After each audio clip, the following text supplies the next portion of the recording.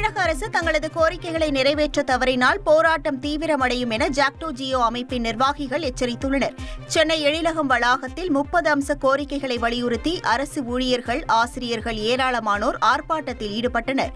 அப்போது பேசிய ஜாக்டோ ஜியோ அமைப்பின் ஒருங்கிணைப்பாளர் மாயவன், தமிழக அரசு காலம் தாழ்த்தாமல் உடனடியாக அரசு ஊழியர்களின் கோரிக்கைகளை நிறைவேற்ற வேண்டும் என வலியுறுத்தினார். இதேபோல் ஓய்வு பெற்ற அரசு ஊழியர்களின் கோரிக்கையை அரசு பரிசீலிக்க வேண்டும் என அந்த சங்கத்தின் தலைவர் ஸ்ரீதரன் தெரிவித்தார். இந்த கோரிக்கைகளை கண்டிப்பாக நாங்கள் வென்றெடுக்க முடியும். இன்று தமிழ்நாடு கொந்தளிப்பில் இருக்கிறது. ஆசிரியர்கள், அரசூழியர்களும் கொந்தளிப்பில் இருக்கிறார்கள். நீங்கள் ஏமாற்றினால் கண்டிப்பாக 2026 நீங்கள் ஏமாறுவீர்கள்.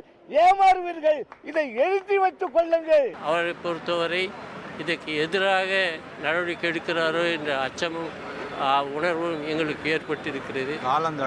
காலந்தாழ்த்துவதற்கான ஏற்பாடு செய்திருக்கிறார். முக்கிய கோரிக்கைகளை வலியுறுத்தி தமிழகம் முழுவதும் ஜாக்டோ ஜியோ அமைப்பினர் ஆர்ப்பாட்டத்தில் ஈடுபட்டனர்.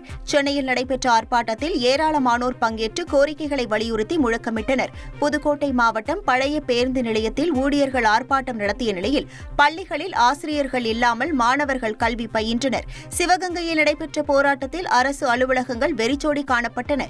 இதேபோல் தூத்துக்குடி மாவட்டம் கோவில்பட்டியில் போராட்டம் காரணமாக பள்ளிக்கு ஆசிரியர்கள் வராததால் மாணவர்களே பாடம் எடுத்தனர்.